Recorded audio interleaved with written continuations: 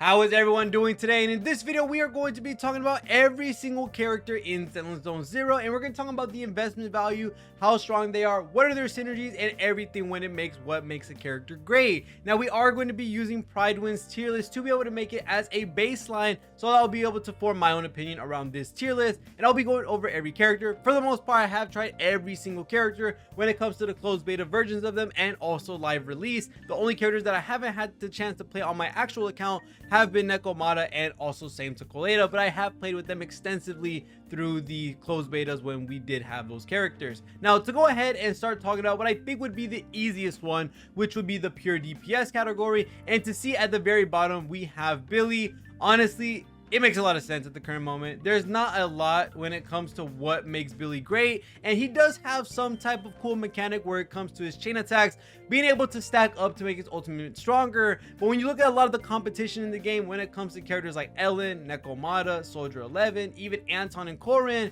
they do a lot more in comparison to Billy, and Billy just doesn't have a lot in his kit to make him stand out. So it makes a lot of sense that he's at the very bottom. I would have personally put him there as well. Sadly, he's a really cool concept of a character, a really nice character in the story too, but it's not enough to be able to make him shine in regards to all the characters on top of him. Going on to the next character, it is Anton and Korin. Now, I can 100% see why these characters are where they're at. They're not going to be above where Nekomata and also Soldier 11 are, with how strong they are with their teams and also with how much damage they output. For Anton, he's actually a really nice character with being an all-arounder DPS, where he has not only anomaly buildup, he has a good amount of damage, and also he has a lot of days that he can put onto the enemy when you have his skill active. Now, that is one con that you do have to worry about Anton, is to make sure that his energy is topped off so that he can stay in that drill mode for as long as possible, so that you're able to do a good amount of attacks before you have to switch out and start building out the energy on Anton again. That can be a little bit of annoying to keep track of when it comes to his resources.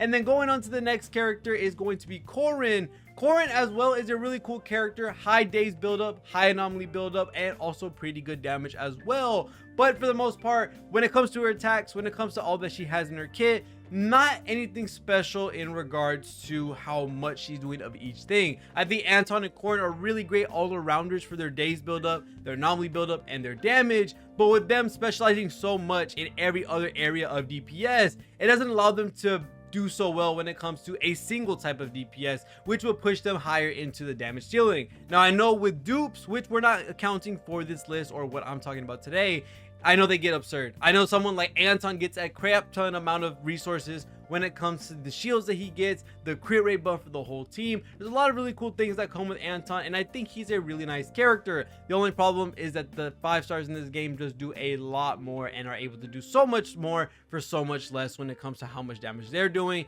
and also for the fact that a lot of their moves are slow when it comes to Korin's and also Anton's, so that also plays into a part for some of their DPS as well. Going on to the next characters are going to be Nekomata and Soldier. Now, for Soldier, I want to say that yes, she is a very strong unit. I think Soldier is a really cool unit with not only the timing mechanic for her fire suppression, but for the fact that her relic set also gives her like 28% crit rate. That is absolutely insane, and she has a crap ton of days buildup and anomaly buildup when it comes to not only her ultimate but also her skill as well. Overall, a really nice solid character, nothing too fancy to be able to push them higher where they're at tier 1 at the current moment, but still an overall great character when it comes to DPS and also the all-aroundness. Again, when it comes to something like how Anton and Korin have it, she just has a little bit more, and it's also available to a crap ton of crazier things when it comes to her element, and also she's probably going to get stronger as time goes by, with us possibly getting more units to her faction at any time. So this could put her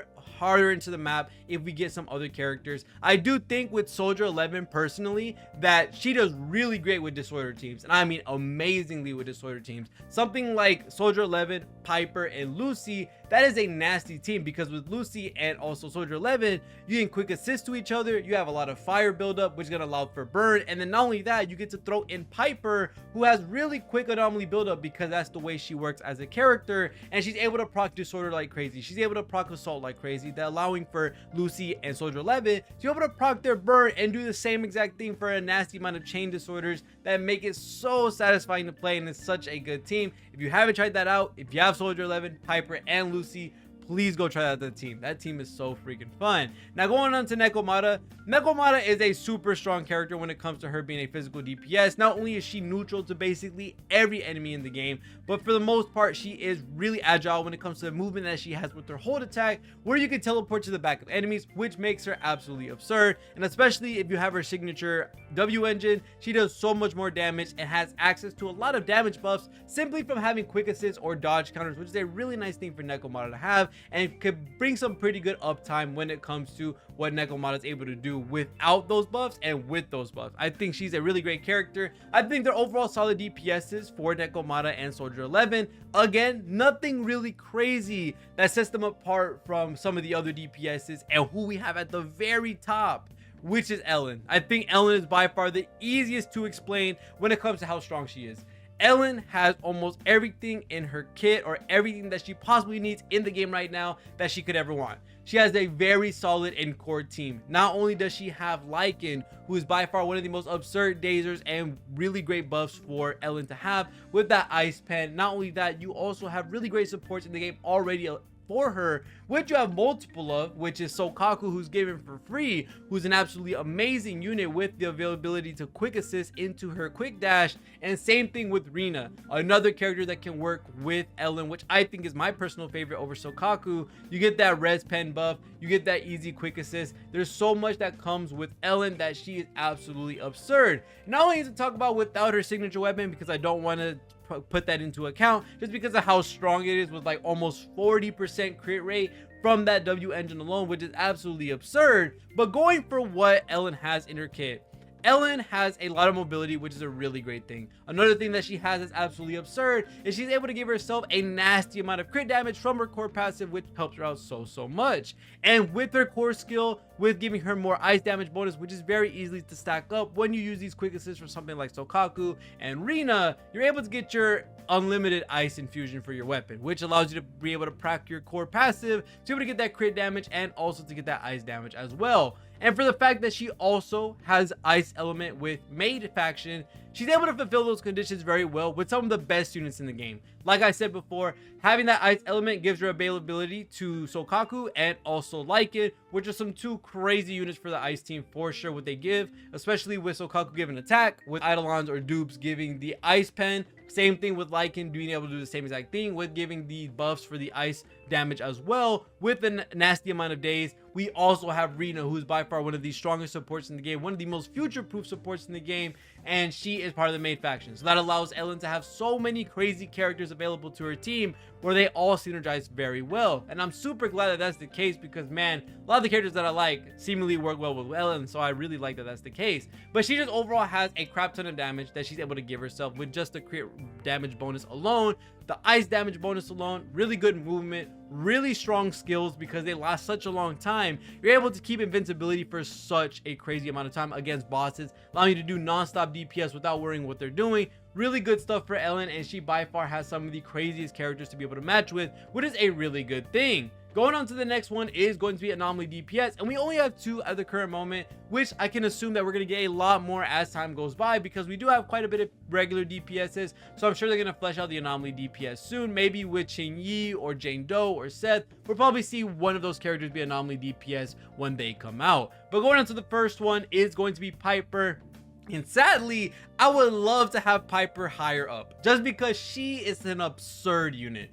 She is super good with Lucy, and the amount of disorder and the amount of assaults that you're able to proc with Piper, especially if you hold down her EX skill, is absolutely insane. She can proc 3 different assaults with the right amount of anomaly proficiency, and she's able to do absolute work with how much you're able to give when it comes to the assault, how much damage that does, and then the disorders that you have and how much damage that does as well. Of course, the only character at the current moment who's gonna trump over Lucy is Grace, with how absurd her anomaly buildup is when it comes to her stacks, when it comes to her being able to cancel her stacks into using the zap stacks and giving that to the enemy, allowing for more anomaly buildup to be a lot easier. She has way more AoE. She doesn't have to be close to the enemy. I think that's a big drawback from Piper, that you have to be up front into the enemy, and if you get canceled before your EX skill starts spinning even faster, then you're using that time to be able to build up that anomaly.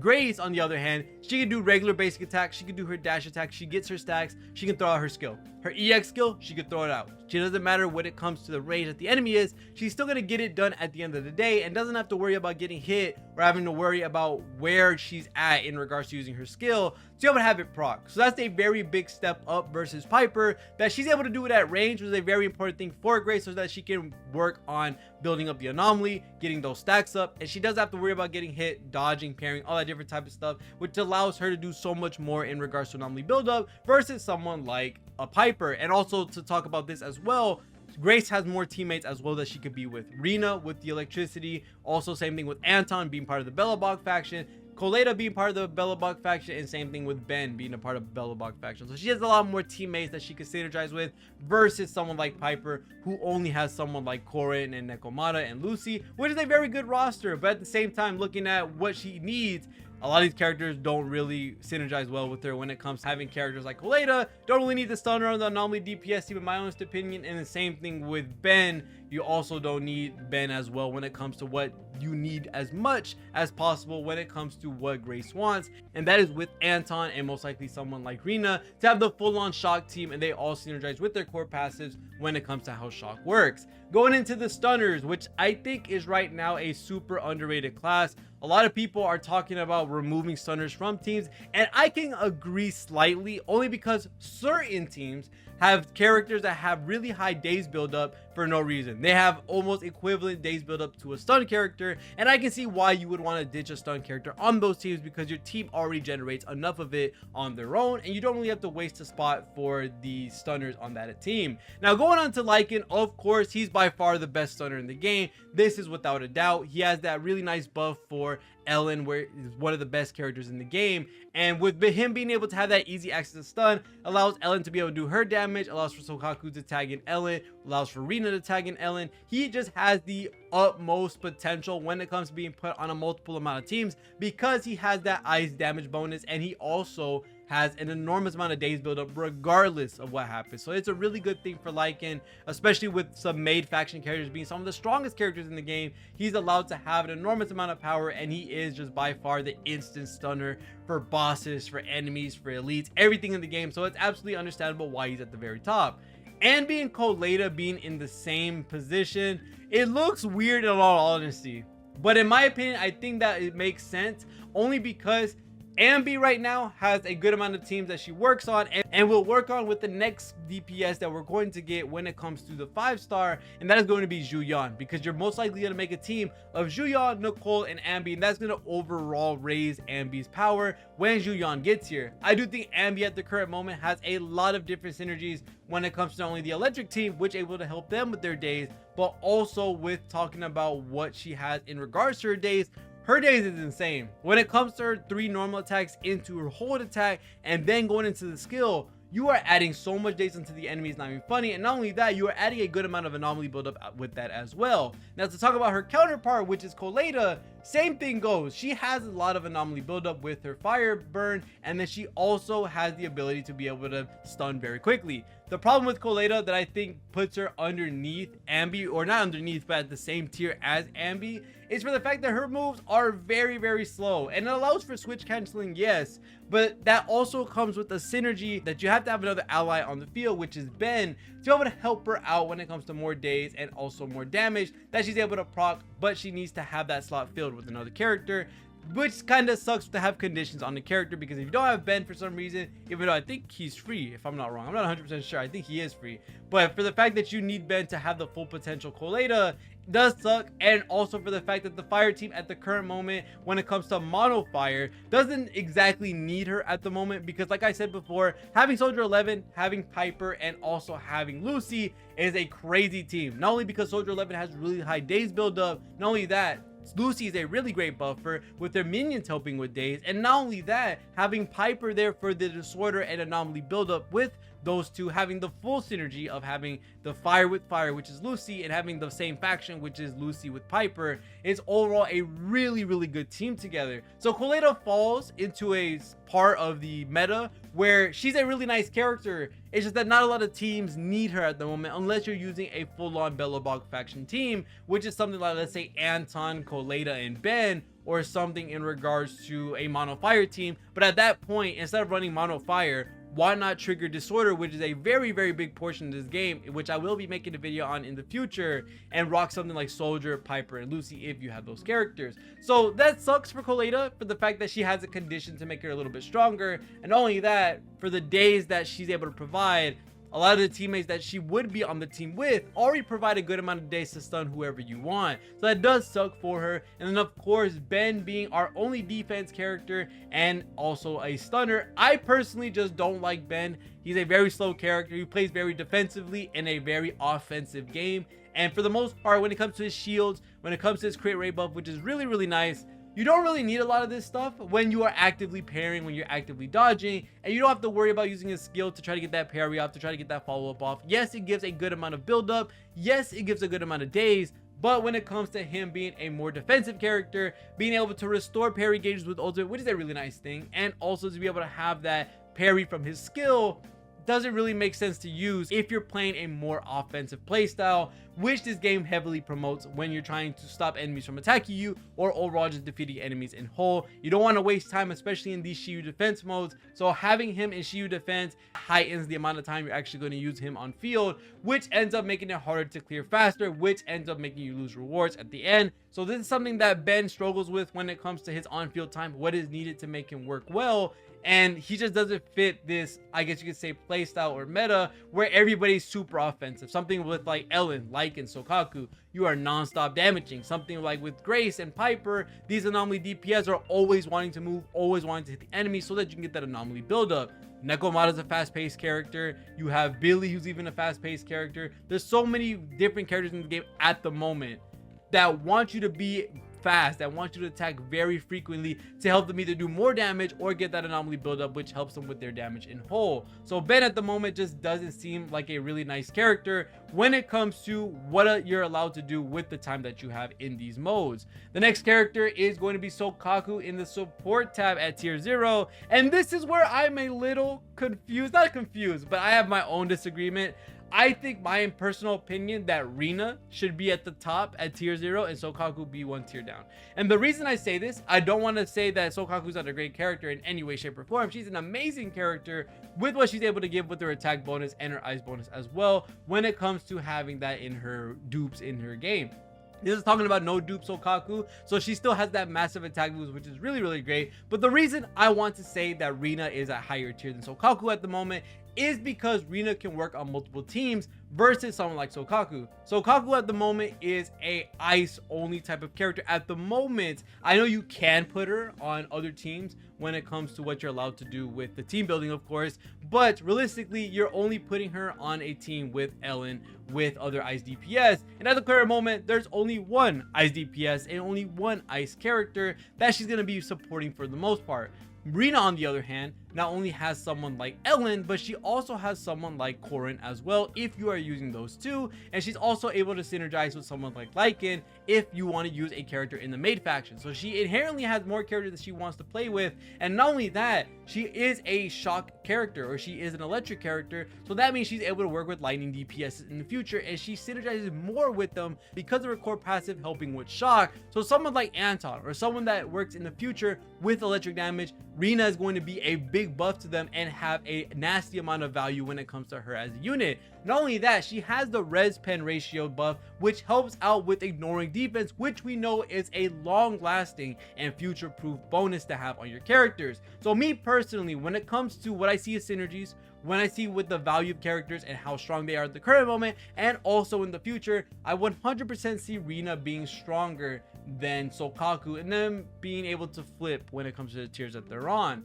Now, looking at characters like Lucy and Nicole, I do want to have them higher. I'm not gonna lie, I think both of these characters are really, really great. When it comes to Nicole having a 40% defense down at the max core passive, and for her to have the nasty amount of time that she has with these debuffs down, especially with the hidden moves helping her get the orb out faster, making it so that it lasts longer. Same thing with Lucy. I think she's an overall really great character as well, with the mechanic that she has, which is her pigs, being able to do damage, being able to inherit her damage, and also to be able to share crit rate, crit damage, and also impact. It's a lot of really crazy stuff you can do with Lucy, and she just provides so much value in the teams that she's in, similar to something like Nicole. And Nicole, I think, is going to get even stronger when Yuan comes out as well. So I kind of want to put them higher, in all honesty, but with how great, actually, ooh, I feel like I want to put Sokaku, Lucy, and Nicole all together.